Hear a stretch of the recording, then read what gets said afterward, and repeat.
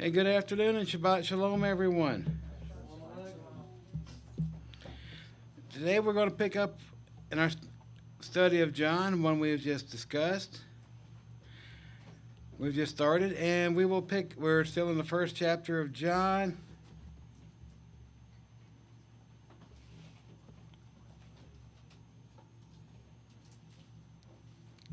And we left off in verse, what was it, 6, was it? 8. Oh, we made it all the way down to 8.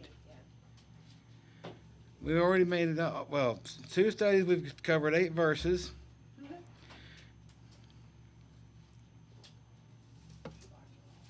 So now we will proceed from there. And I don't know how far we're going to get today. We'll just have to see, okay?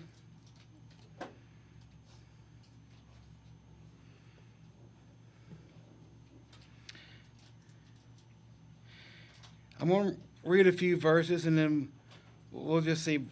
I want to read on through verse 13 for now. And if we go further than 13, well, we'll go there when we get there. How's that? Now, he was not that light, but he was sent to bear witness of that light, referring to John.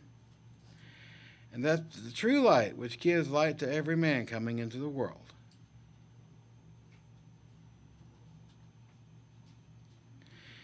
And he was in the world, and the world was made through him, and the world did not know him. And he came to his own, and his own did not receive him.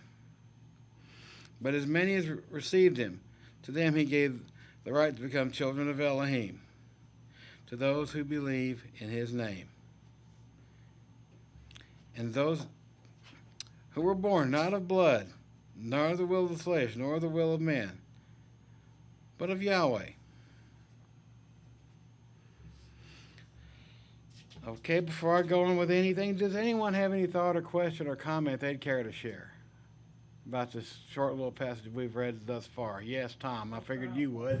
It's so powerful in the sense that we read in Isaiah of the Messiah and a prophecy that he was a man of sorrow and well acquainted with grief. Mm-hmm. And when he was in Nazareth at his parents' home and did ministry around the Sea of Galilee and Chorazin, Capernaum, and Bethesda, they said of him,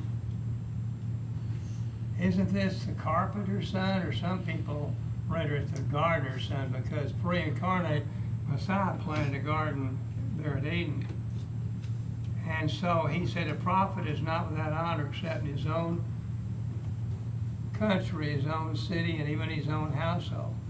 And with all the power of the universe backing him up of Yahweh Father, they, as you read in Psalm 78, they limited the Elohim of Israel by not having faith for him to bless them. And that, I believe, was truly, quote, heartbreaking to our elder brother Joshua. Well, wouldn't that be the pattern for the most part in the scriptures, that a prophet does not have honor in his own country? Right. Moses had that own problem.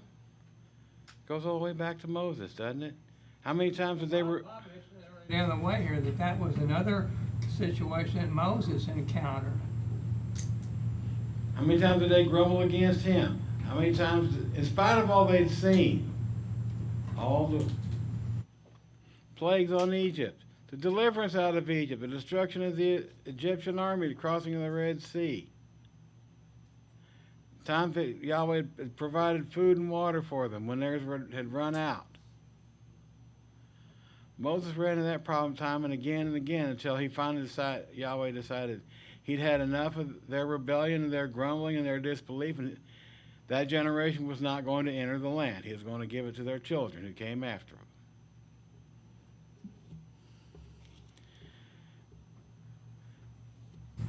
And the rest of the prophets sent to Israel incurred the same problem. Many were stoned,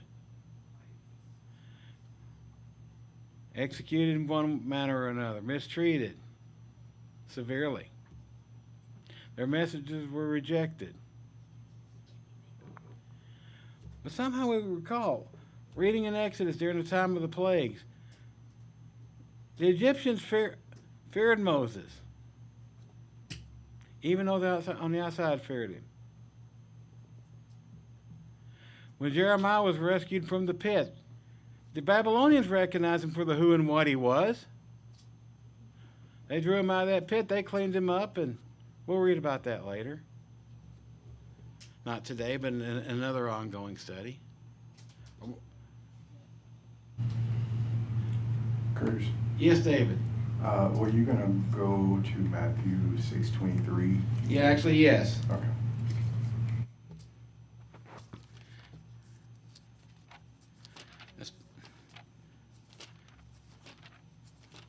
Let's try a little bit out of Matthew 6:23 Yeah. Gives us a contrast. for a contrast, because the contrast is always helpful in these things. Matthew 6, verse 22. The lamp of the body is the eye. Therefore, if your eye is good, the whole body will be full of light. But if your eye is bad, the whole body will be full of darkness. And therefore, the light that is in you is darkness. If the light, therefore, is in you is darkness, how great is that darkness? So it's speaking not of physical vision, but of the vision spiritually. Can we see? Can we understand? Anybody else?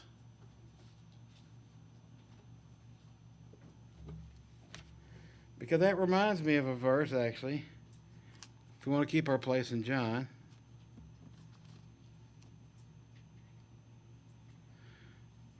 To a place in the letters of the churches.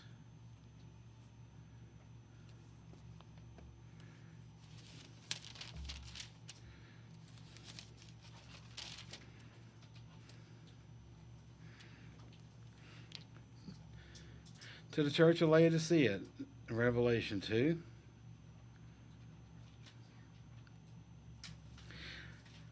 And let's pick it up in verse 15. Read a few verses out of there.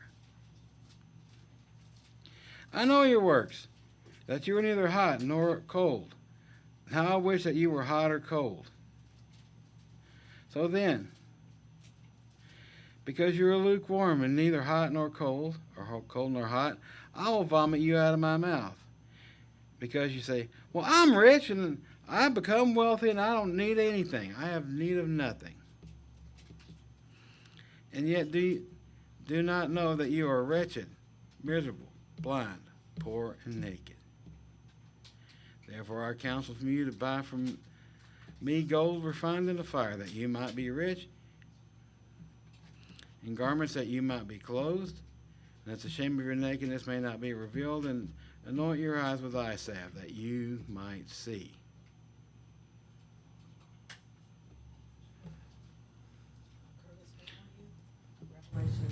Two.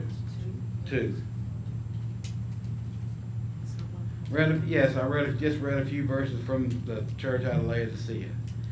15 through 18. 15 through 18. Chapter, I say 2, I meant 3. I'm sorry. It's Revelation 3. I don't know. Don't ask me why I said Revelation 3, verses 15 through 18. Any other question or comment? I'm just grateful there's a salve for it. I can't hear you. I'm so grateful there's a salve for it. Yeah, I mean, there's a solution for it. And the blind, now, for eye conditions at the time, this was made, Laodicea was famous for making some type of salve that could help relieve that, at least physically. However, this is not what he's speaking of here. It's our ability to understand, to perceive, and to understand. Like how he critiqued the scribes and the Pharisees. And sometimes corrected his own disciples on their inability to see. Don't you understand? You can't see the seasons. You can see the times of the seasons by observing. You can tell the weather by looking at times and seasons, but you can't. But they couldn't do it spiritually by understanding. Their failure to understand that he had come. He was the one prophesied to come, the Messiah to come. They couldn't see that. They couldn't understand that. Yes, Tom. What my brother David brought out a little while ago from Matthew 7, 23, 24 along, and there is very significant because the evil eye, according to what all I researched, is not something demonic, occultic. It has to do with someone who is miserly, who is stingy. Mm-hmm. They're not a cheerful giver. Mm-hmm. Is what Yahweh says He loves, and that's in the context of verse 24 in Matthew 7. Mm-hmm. No man can serve two masters, for either he will hate the one and love the other, or else he will hold to the one and despise the other. You cannot serve Yahweh and Mammon. And it goes on to talk about not taking any kind of thought for the future and thinking you're going to be lacking in provision. And we have this situation here where in verse 17, as you pointed out, of Revelation 3, you say that I'm rich and increased with goods and have need of nothing. Boy, that's a really arrogant, That is nothing self-sufficient mentality. And know not that you are, in the eyes of Yahweh, you're wretched and miserable and poor and blind and naked. Boy, that's a rather wretched condition to be in. And of all those listed, which is arguably the worst of all of them? I can't. I would say blind. Blind. You know what? That's because you're correct. Yep. It's the blindness. Because if you could see, that you're poor. That they could have seen that they were poor. They could have seen that they were wretched and miserable. Oh yes, you're correct. It's the blindness that was the worst. Because they could not see their true condition. Yes. Not only does being blind keep you from seeing it, it also keeps you from doing something about it. Because if That's you have right. sight, you can find clothes. If you're Right. poor, and you have sight, you can work. Yes. You can find work, and you can find those things. But No, you understand yes, you seem to understand very well. Yeah, that's correct. When you can't see it, you're not going to do anything about it. You're not going to do anything about the rest of your condition. Raquel. I was gonna say, I mean, the assumption in all of that is we have to accept the fact that we're in darkness, all of us, even now, right? And that's how I read verse 9, that was the true light which gives light to every man coming into the world. So I think acknowledging we're all in darkness, and as we get closer to Him, He's calling us out of that darkness. So we're familiar with 1 Peter 2:9 when he talked about, but you are a chosen generation, we're a priesthood, right? Holy nation, peculiar people, that you should show forth the praises of Him who has called you out of darkness into His marvelous light. Called us out of darkness, so we are in darkness Right. until He And march towards Him. the verse that actually referenced that is John 12:46, correct? John 12, verse 46. John 12:46. Okay, David, let's try that. Let's just John 12:46. Let's just go there and see what we find. And I have come as a light into the world, and that whoever believes in me should not abide in darkness. If anyone hears my word and does not believe, I do not judge him, for I did not come to judge the world, but to save the world.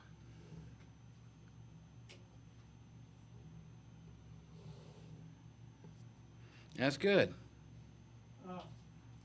Tom? It seems to me that is what we just read here in verse 47 that you just read. Is very much in keeping with the half-brother of Yahshua, Yaakov, or James, where he says in James 2:13 that mercy triumphs over judgment.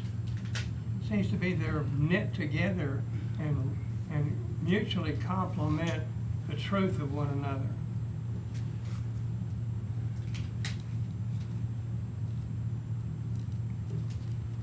Anyone? Okay. Shannon? Well, help me through this. Paul talks about in 2 Corinthians 4 the blindness of the mind with the veil and Moses. And that's what we're really talking about, the blindness of the mind, yes. Yeah, and the whole thing. But then by 18, the last verse is that we all see dimly. I can't even speak We it. all see dimly, it says, as in a glass, the glory of Yahweh, and changed into the same image from glory to glory, even as by the Spirit of Yahweh.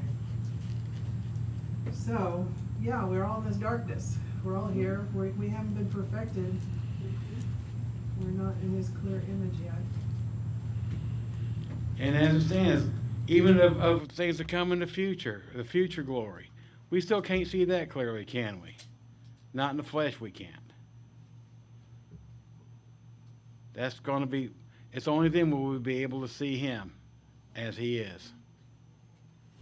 In this flesh, we still can't do that. Anyone else? Tom?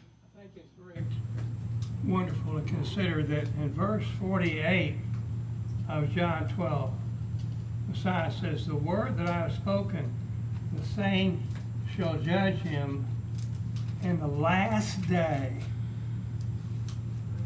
I guess, Bob, you might find that intriguing with what we've discussed many times, the last day, the last great day. Anyway, he's talking about a future event where there's going to be an evaluation or a judgment, though I believe certainly that mercy triumphs over judgment.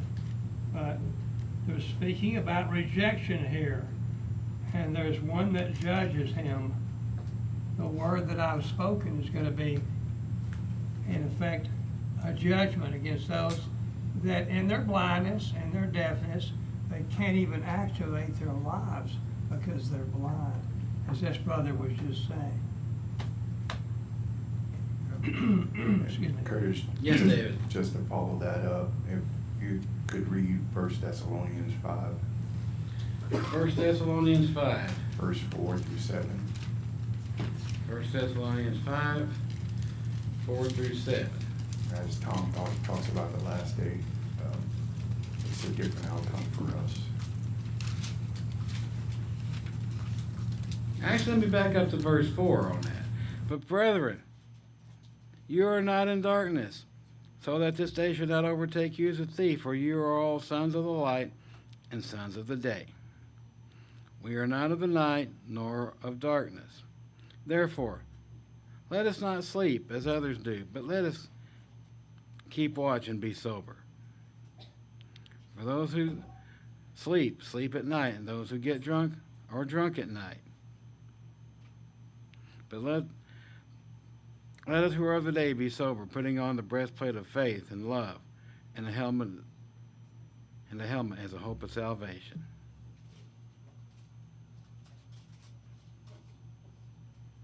That's good. Anyone else? Okay, Raquel? So Ephesians 5:8 talks about what it's like to walk in light, right? Right. So I'll go to 9. For the fruit of the Spirit, or in other versions, fruit of the light, is in all goodness, righteousness, and truth, finding out what is acceptable to Yahweh, and have no fellowship with the unfruitful works of darkness. So if we have the light, we're fruitful, and if we're in darkness, it's unfruitful. But rather expose them. For it is shameful even to speak of those things which are done by them in secret. But all things that are exposed are made manifest by the light. For whatever makes manifest is light. Therefore he says, awake, you who sleep. Arise from the dead, and the Messiah will give you light. I think that's like the call to us, is to wake up. Bob, did you have your hand up? No? Okay. I thought I saw a hand go up in the back. Okay. So back to the first chapter in John.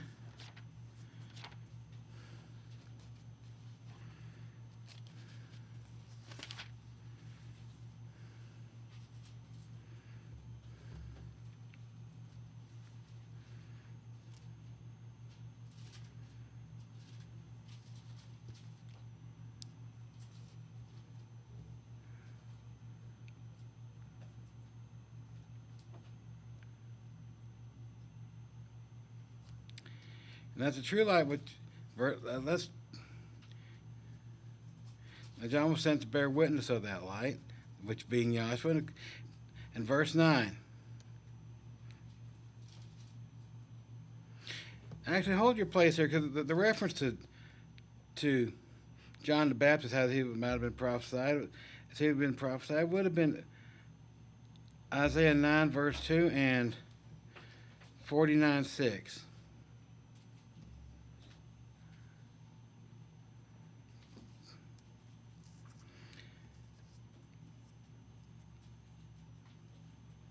Bear witness of the light. See, and now the true light, which gives light to every man coming into the world. So it's interesting that this. Now, who is this true light? So we know that was Joshua, because we have John the Baptist testifying of it, and we also that light was given to every man coming into the world. Does anyone have any thought or question on that, perhaps? Okay, Shannon? Everybody in the whole wide world was in darkness, but John saw the light. He was given that ability, and he could testify that. It's as if this light was lit up in reflection. So, I know that's simple, but Okay. it's a witness. He's a witness. He didn't make it. He didn't declare it. He did in a way, but he just moved in it, right? Right. So don't we have that light today? We've had it for years.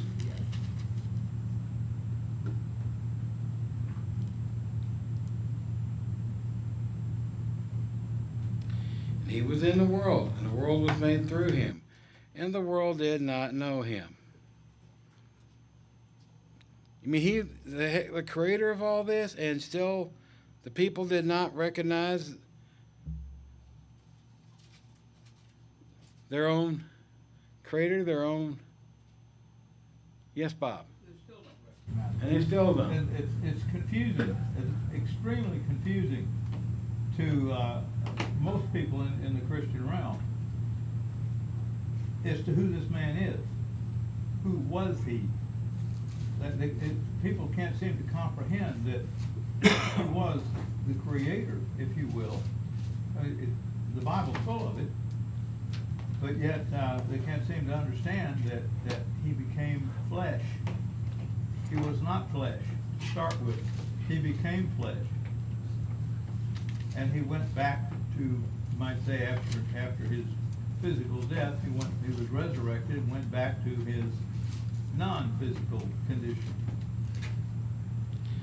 This John 1:1, John, the first chapter, is very confusing to most people as to who this individual really is. He was the God of the Old Testament. And we still have people in a lot of churches today, for that matter, teach the idea that no, Joshua was not around. Back in the ancient days, he was not born or known until his physical birth.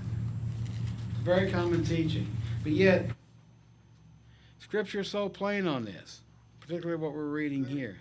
It's very plain. Shannon, you had your hand up? No, I was. Oh. Okay, Raquel? I wanted to add to what Shannon said about John the Baptist, because he knew Yeshua while he was in the womb, right? When Mary was visited Elizabeth, the baby leaped in her womb, right? And if you read Luke 1, 37, or actually 41, it says Elizabeth was filled with the Holy Spirit. So the Spirit shows you the truth, even when they were still in their mother's womb.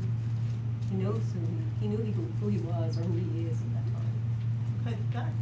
Then I have a question, because when John the Baptist was in prison, didn't his disciples go to Yeshua and say, John sent us, are you the one, or should we look for another? So. Yeah, he was in a Yeah. dark place. Yeah. Well, he was in a very dark place, but Yeah. John wanted an affirmation up to this point. Yeshua kept his disciples and a lot of them in the dark on who he really was. Right. Peter was the first one to acknowledge him as being the son of Elohim. And so John wanted Yeshua himself to say he was Messiah. But when he went to him to be baptized, John told him, you know, I am not fit to do so. You should, you know, be baptizing me. And so he did know that he was Messiah, but he wanted affirmation from Yeshua directly. John the Baptist understood who he was. From the womb. Can you imagine being a little itty bitty going, whoa, what? Who are you? Well, you know, that's quite a contrast. When we consider, that's an amazing contrast compared to our ongoing study in Ezekiel, isn't it?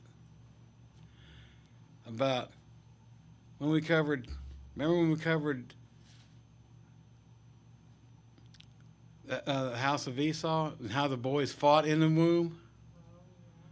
It's an amazing contrast, isn't it, if you think about it? Boys fighting in the womb. We got a little one leaping for joy in the womb.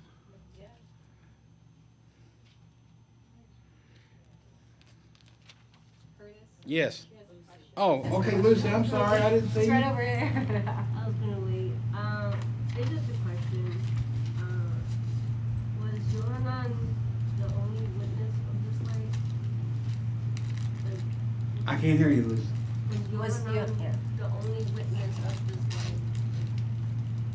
Is John the only But witness? John was the only one? Evidently not. There are others who believed, and they were, Like, was he the only one of his kind? I don't know Yeah. how to question it. well, there are others, Like Anna. and there was Anna,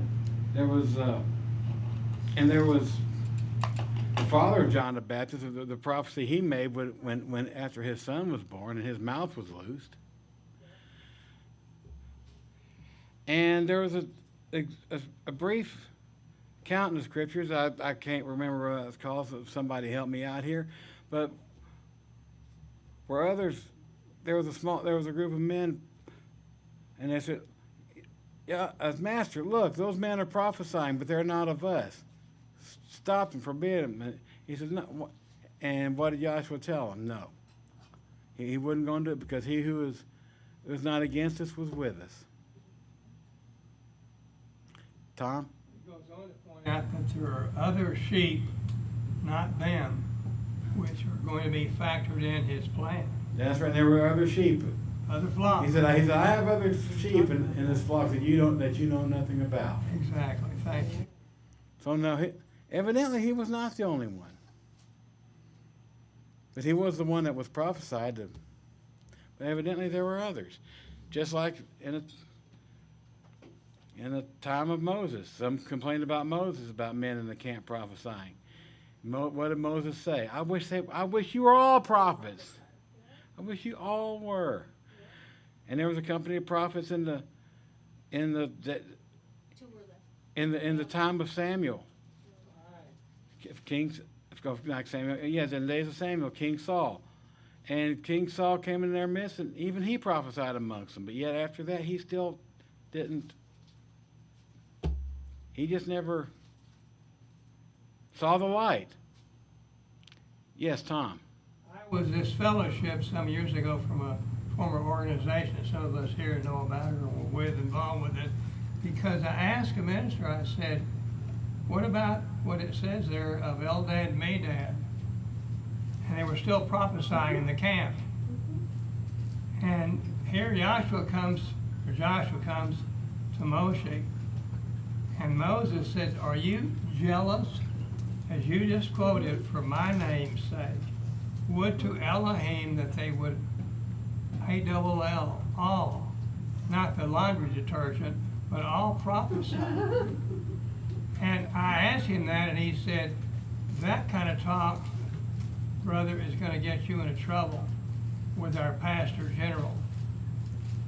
Because he had said that was something in this age that was not for today. It was truly what we would call a miracle cessationist. All that was miraculous only was a jump start to get the brethren going in the first century, not for today anymore than not understanding that Moses' desire was that they would all prophesy, not just come to him. And boy, did that start a slippery slope for me, I found out. And I got the left foot of fellowship before it was all over. This fellowship, excuse me. See, now, well, I just go to show, we really don't want to get the pastor general wagging their finger at us, do we now? But doing the right thing can do that.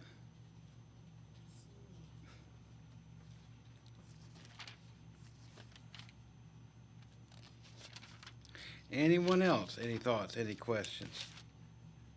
Okay, let's go back to John.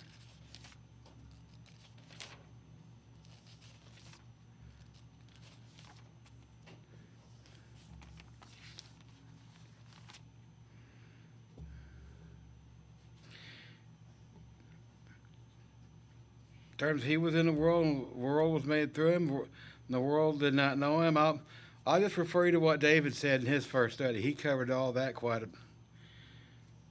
thoroughly in the first study. In the first 3 to 4 verses, he covered that thoroughly enough. I won't give that any further explanation. I'll just refer you to that. But as many as it received him. Verse 12. To them he gave the right to become the children of Yahweh, to those who believe in his name. Who believe in his name. Well, I seem to recall, if you'll hold your place here, something David wrote about that. Can we try Psalm 92?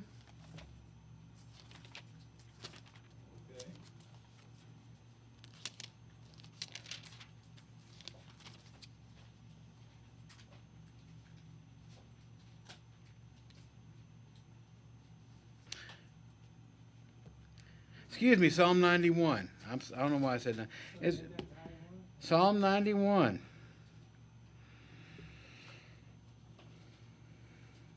And let's read the last 3 verses.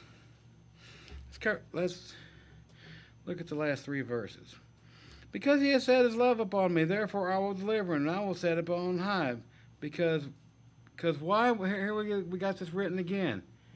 Everybody, 1, 2, 3. He has known my name. And he shall call upon me, and I will answer him, and I will be with him in trouble, and I will deliver and honor him. With long life I will satisfy him, and I will show him my salvation.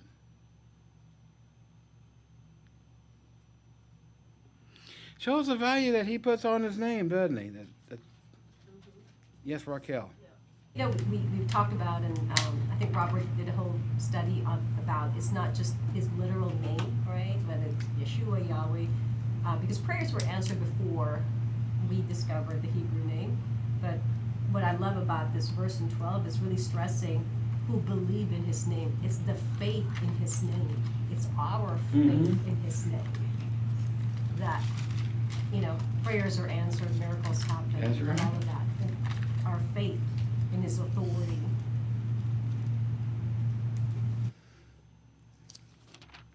I'm thinking he wrote about this once earlier, too.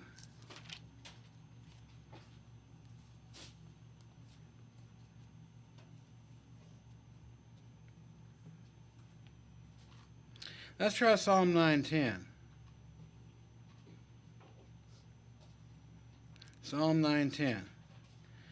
Yahweh will also be a refuge for the oppressed and a refugee in times of trouble. For those who, here we go again.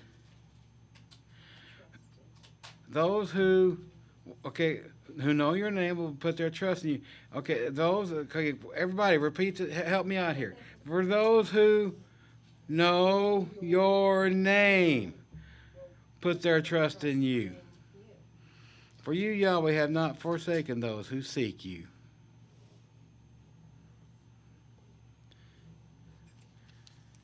he seems to have a lot of favor.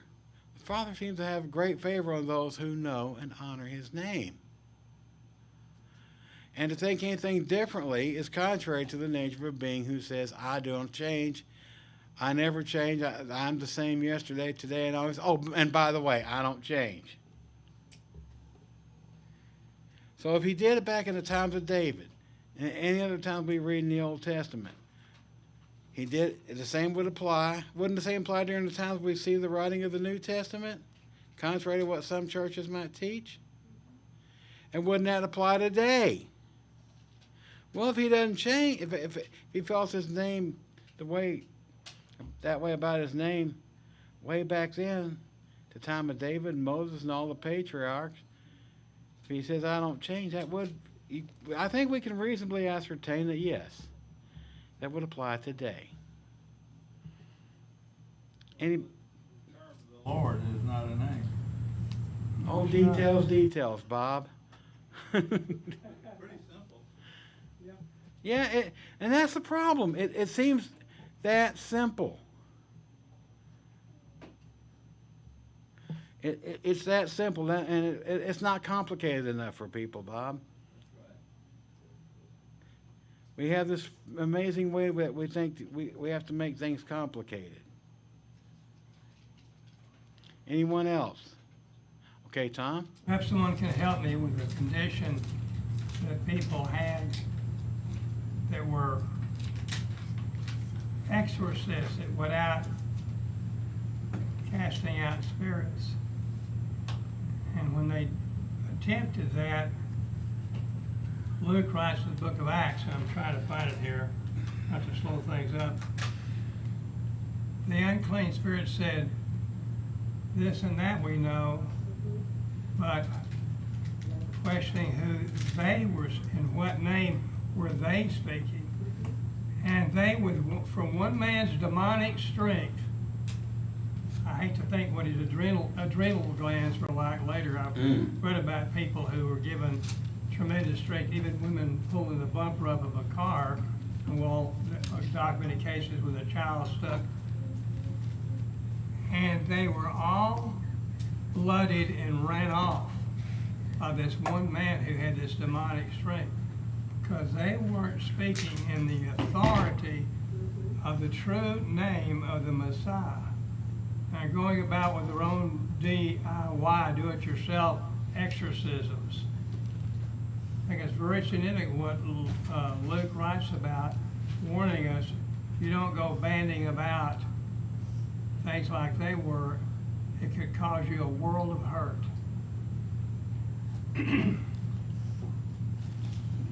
Okay, anyone else? Okay, Shannon? The Pharisees knew about the name. Oh, they knew all about it. Yeah, in Acts 4, they said, and they called them and commanded them not to speak at all, nor teach in the name of Yahshua. Where are you? I'm in Acts 4, 17, 18. Acts 4. Oh yeah, that it spread no further among the people, let us straightly threaten them that they speak henceforth no man in this name.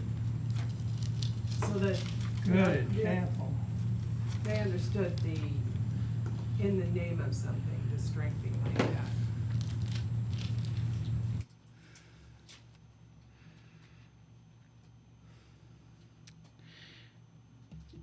And when we turn to the letters in Revelation, letters to the churches, I've noticed something very peculiar, if you will.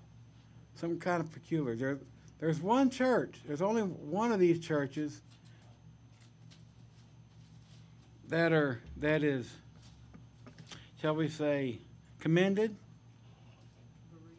for the ones who, I'm referencing to the letters in churches in Revelation, but there's only one church that was, what was the word I just used?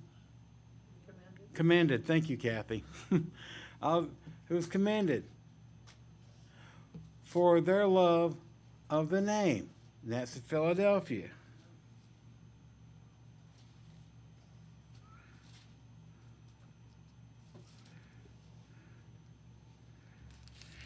We find that in Revelation 3.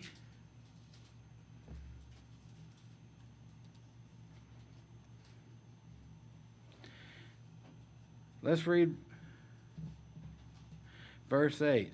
I know your works, and I have set before you an open door, and no one can shut it. For you have a little strength, and have kept my word, and you have not denied my name. There it is again. You have not denied. This pattern seems to go all the way even into Revelation. You don't. They know the name. They love the name. They don't deny that, and they don't deny it either. We just read that here. And this is the only. I just kind of found out kind of peculiar.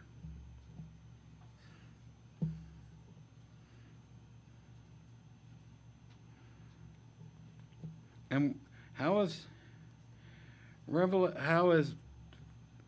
Philadelphia to be rewarded? Well, it's a hint of Psalm 91 here in the answer here, but that's down in verse 12.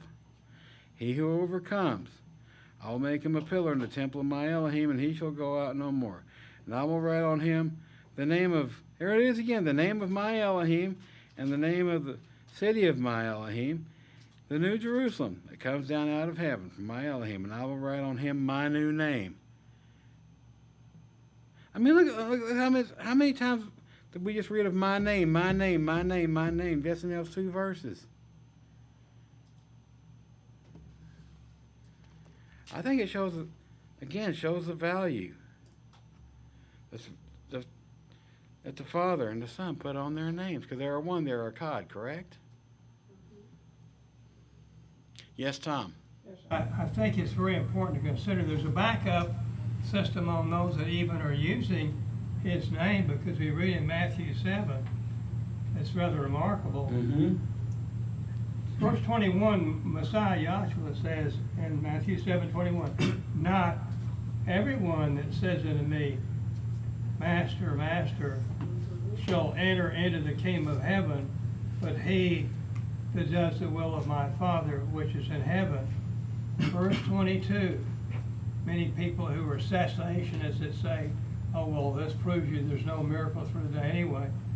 Many will say to me in that day, Master, Master, have we not prophesied in your name?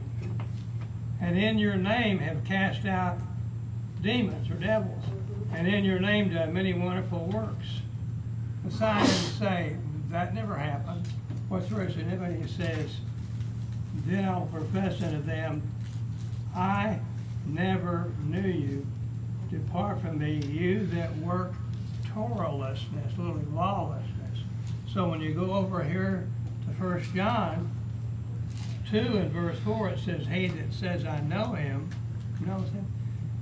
Very consistent, and keeps not his commandments, very strong here, is a liar, and the truth is not in him. But whoso, verse 5, who keeps his word, in him truly or verily is the love of Yahweh perfected. Hereby I know that we are in, how we know that we are in him. Because it says, he that abides in him ought to himself also so walk as he walked. You mimic. Paul says, follow me as I have followed the Messiah. Walk as he has walked. 1 John 2:6. So I think about all of these Christian churches out there, they read the same words that we read. Mm-hmm. yeah. They do. The same words, but it goes right over their head. I mean, that's a miracle all by itself. It would seem to be because in part, at least in part, because they don't see. That's why you have to give them, what do you call it, show mercy. You were in that same state, I was in that same state. Yep. Well. Yep.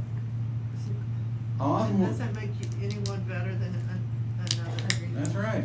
I grew up Catholic, for crying out loud, yeah. But what did I know about this growing up? Nothing. I can say this.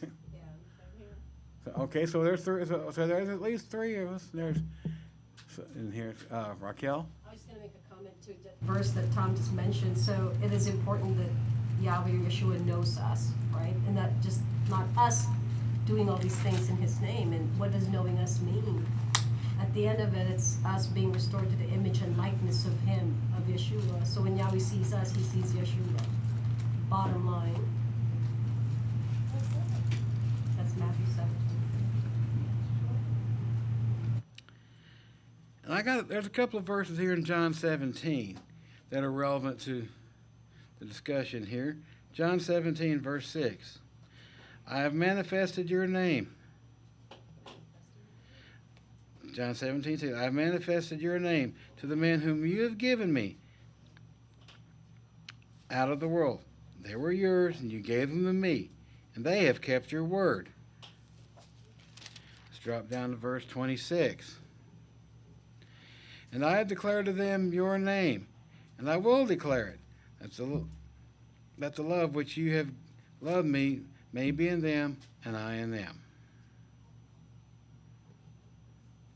And his declaring, I'll get you, Bob, and his declaring that name was actually to not just the disciples, but to the assembly at large, to the house.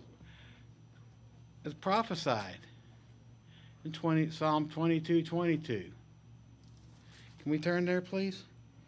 Let's check that one out. Psalm 22:22.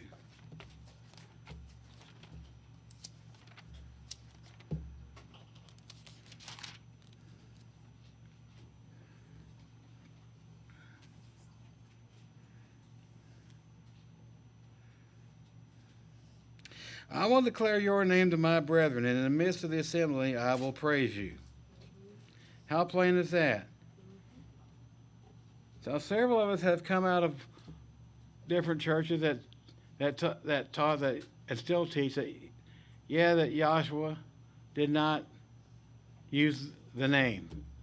Well, it says right here, he said, John 17, we read it out of two places in John 17 where he said he did, and we just read here where it was prophesied. That was one of the signs by which he would do that. He would be known.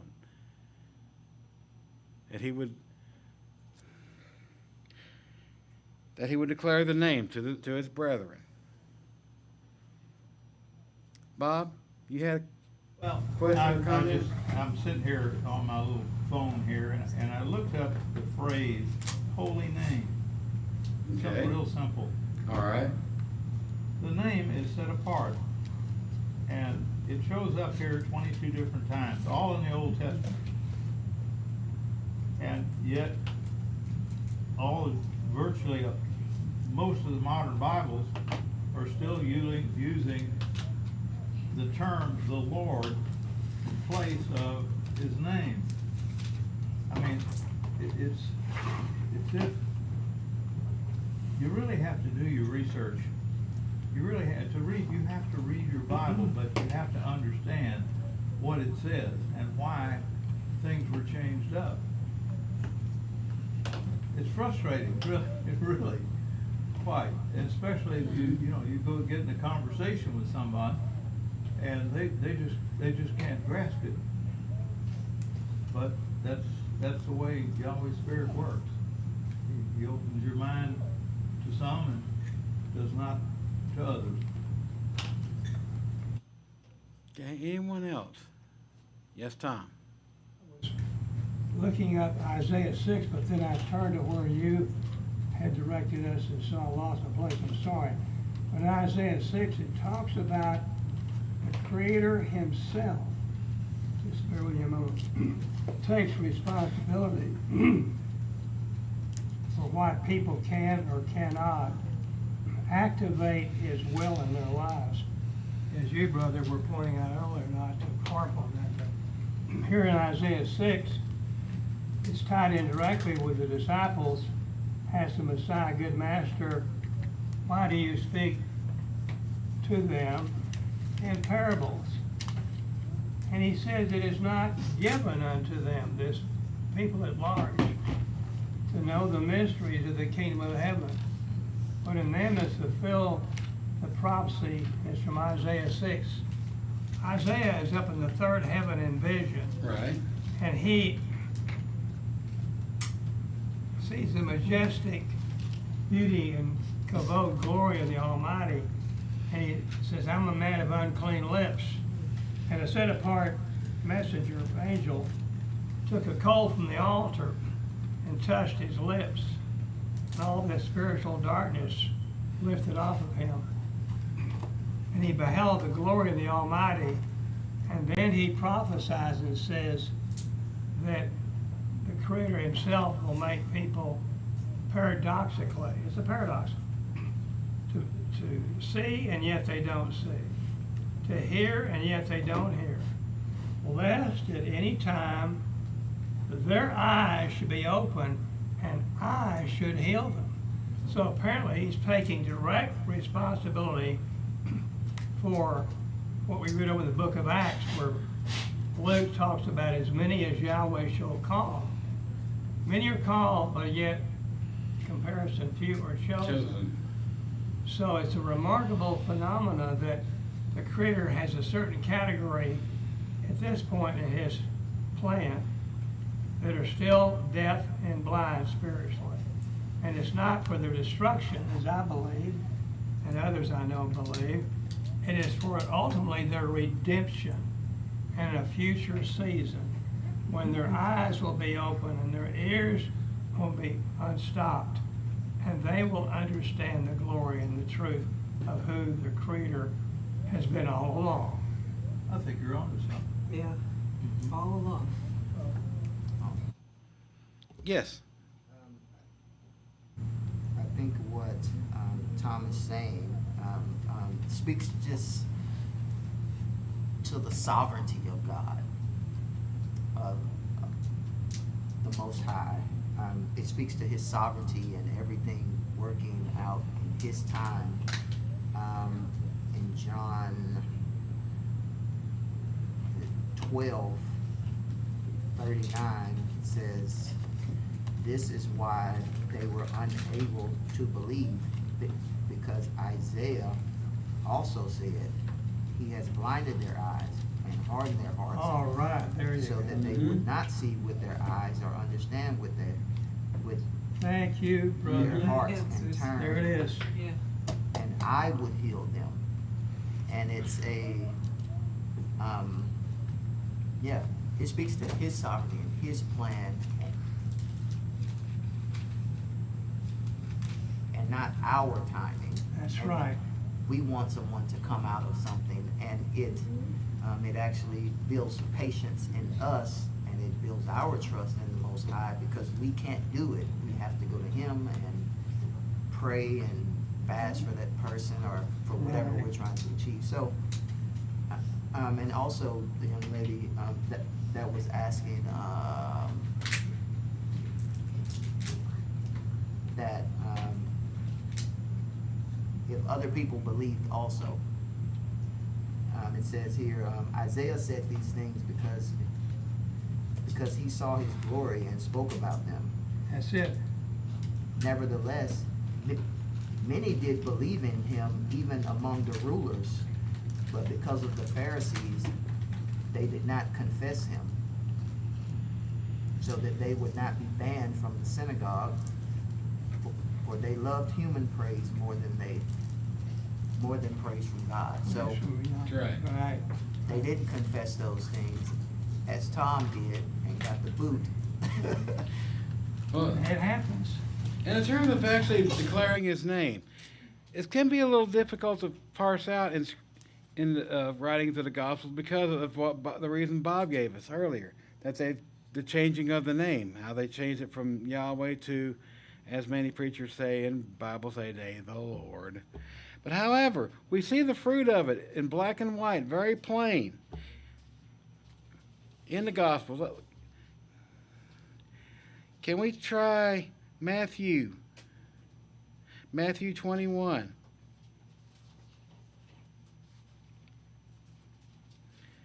And this was Matthew 21. Let's pick it up in verse 4. We're going to read a few verses here. Not many, but a few.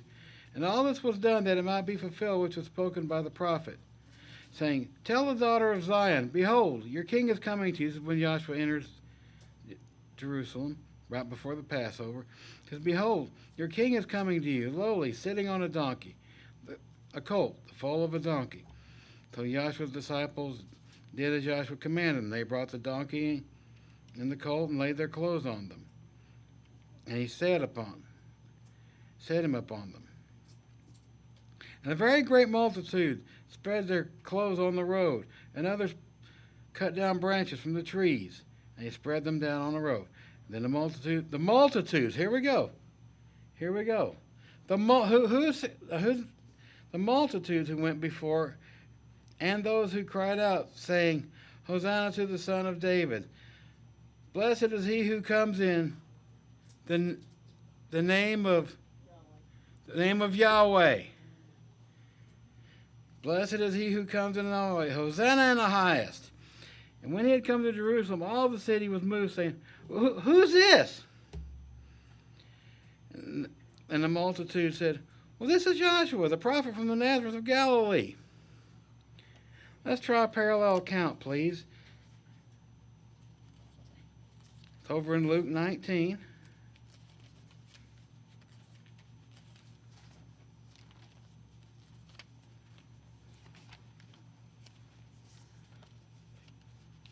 What? 19. Luke 19.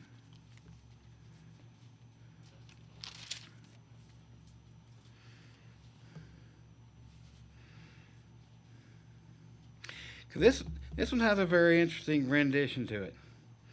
Okay, so Joshua tells him to go get a colt. Tell him to bring it. When he asks you what for, he said, well, because the master needs it. He agrees. Let's pick it up in verse 36. And as he went, many spread their clothes on the road.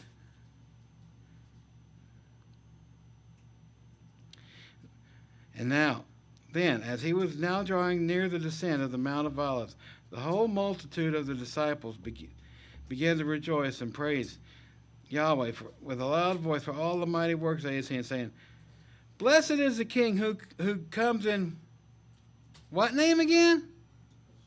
I don't hear anybody. The name of Yahweh. Now, here's where it gets interesting here. Here's why we know they're saying the name of Yahweh. And not Adonai, not Hashem, not the Lord, or whatever term. Here's how we know. And some of the Pharisees called him from the crowd and said, Teacher, rebuke your disciples.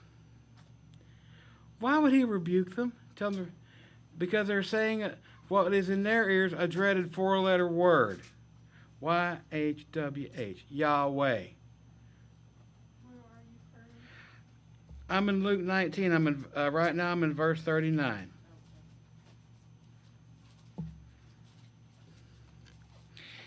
The scribes called out from the crowd and said, Teacher, rebuke your disciples. They're saying that awful name. Make them stop. But he answered them and said, Well, I tell you that if they should keep silence, the stones would immediately cry out. He said, even if we did shut them up, the rocks would start singing. It is written. You know, I missed one. Can we try to look in Mark 11, please? I think we've got to.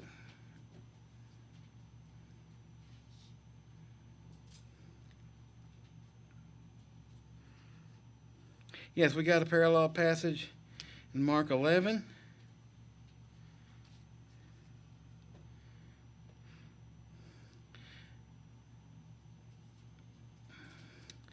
And let's pick it up in verse 7. Then they brought the colt to Joshua and threw their clothes on it, and he sat upon it. And as many spread their clothes on the road, and cut other leafy branches from the trees and spread them down on the road. And then those who went before him cried out, saying, Hosanna! Blessed is he who comes in the name of Yahweh. Blessed is the kingdom of our father David in the name... Here it is again, in the name of Yahweh, Hosanna in the highest. These people recognize who he was. These people cheering in the crowds, they recognize who he was. He was their coming king. They'd known all the great works they'd seen. They believed because of the great works they'd seen. We read that previously in the account of Luke.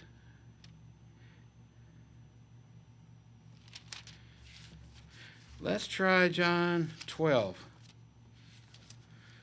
Because all these accounts have some different little twist to them. They all contain some bit of information the others did not contain.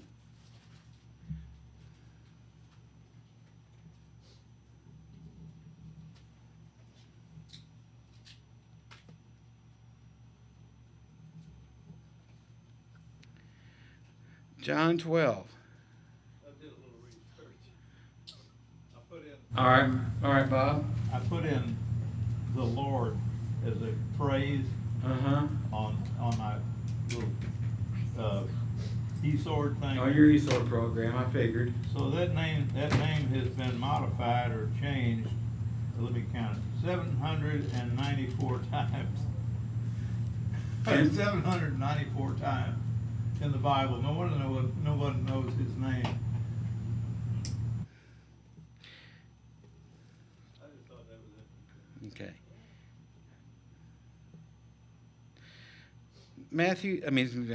John 12, verse 12. The next day, a great multitude had come to the feast, being Passover, and they heard that Joshua was coming to Jerusalem. They took branches of palm trees and went out to meet him, and they cried out, Hosanna! Blessed is he who comes in the name of Yahweh, the King of Israel. They recognized him as the prophesied king, the prophesied coming of David, if you would, that they'd heard read in Scripture so many times. Then Joshua, when he had found a young donkey sat on it, as written, Fear not, daughter of Zion, behold, your king is coming and sitting on a donkey's colt. His disciples did not yet understand these things at first, but when Joshua was glorified, that's afterward, remember it says when he was glorified, then they remembered all these things and that were written about him, and that they had done these things to him. Therefore the people who were with him when he called Lazarus out of his tomb and raised him from the dead, they bore witness.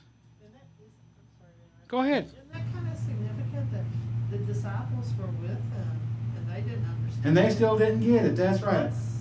That's Well, these cheering crowds, they Sorry? No, go ahead. No, I was just gonna say, that it's, Yeah, his own disciples. Yeah, the ones that traveled with him all this time. They didn't get it yet. They didn't get what was happening all around. But these cheering crowds are recognizing the king coming in on a colt. And his main entourage, huh? What's this about? Hello? Tom. Well, I remember the Messiah said that wisdom was justified of their children when there was a little ditty that they sang about the Messiah. Okay. But it makes me go back here to Isaiah 28, because it says in verse 9, who shall he teach knowledge, and who shall he make to understand doctrine? Them that are weaned from the milk and drawn from the breast. For precept must be upon precept, line upon line, here a little, and there a little. There's so many things we're going through that has something a little bit here, and you go elsewhere and there's another scripture, and they're like a mosaic. They all mutually are compatible and complement one another, but they're strewn or placed throughout all of these Hebraic revelations of the prophets. So it goes on to say, who's he going to teach knowledge, verse 9, and whom shall he make to understand doctrine? Them that are weaned from the milk and drawn from the breast. A precept must be upon precept, precept upon precept, line upon line, line upon line, here a little and there a little. For with stammering or strange lips and another tongue will he speak to this people, to whom he said, this is the rest wherewith you may cause the weary to rest, and this is a refreshing, yet they would not hear. For the word of Yahweh was unto them precept upon precept, precept upon precept, line upon line, line upon line, here a little, there a little. For what purpose? They might go and fall backward and be broken, snared, and taken. he is purposely keeping a category of people through the ages in this condition. They're spiritually deaf and they're spiritually blind. And he takes direct responsibility for the way he has structured his word and placed it over the centuries through the different Hebrew prophets. Okay. Now, like I said earlier,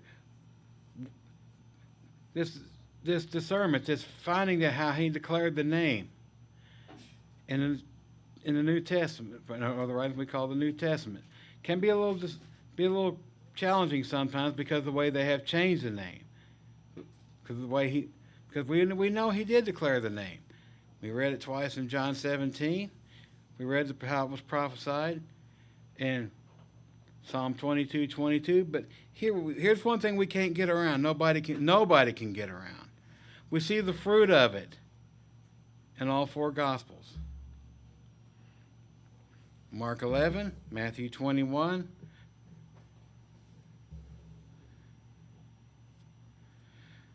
Luke 19, and John 12. The fruit thereof is it's so bright. The fruit thereof, I mean, the light coming out of that, when you do a little line on line, precept on precept, it's downright blinding, can it? It's almost blinding you. That's a good visual. It's rather Yeah, can you blinding. do that again? Oh, not everyone. All right. The light Yes, and the dear. blind. Yes, dear. Because the light shining out of that, when you do that little line on line preset, can be rather blinding.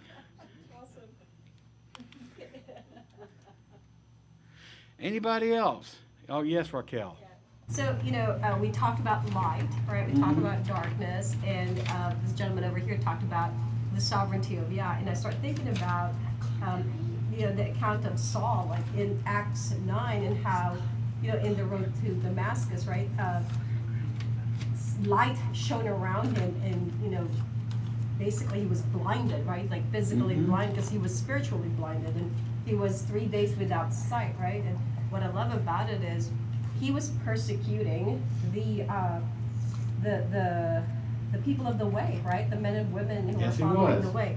But what I love about it is when Yeshua talked to him, Yeshua was like, "Why are you persecuting me? I am Yeshua." He knows who he is.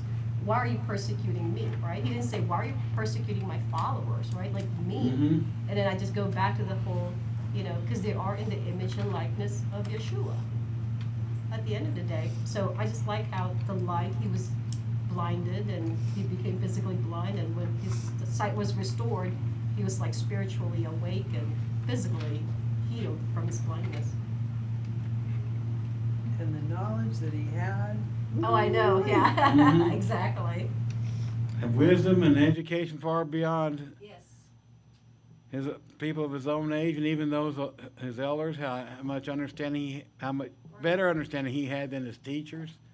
The whole 9 yards. Yet he still couldn't see it. He took off the shades. Anyone else? Yes, Tom. I think it's worthy to just reiterate what I think was brought out a little bit earlier in this amazing prayer at Gethsemane, at the squeeze, at the press. That Gethsemane means it's term from an oil press. In verse 25, Yahshua Messiah says, "O righteous Father, the world has not known you, but I have known you, and these have known that you have sent me." These have known that you have sent me. So there was a category that the Father had called them to the Son. Verse 26 of John 17, "And I have declared to them your name, and will declare it, that here's the benefit, that the love wherewith you have loved me may be in them and I in them." That is so deep, so powerful, that he had prayed for a category that he knew the Father had drawn to the Son. And he had declared the true name of Yahweh to them and the significance of it. Okay, any more question or comment? Okay, if not, we'll go ahead and close here, and we'll break, and we'll be back at 3 o'clock with David Gibson for the main message.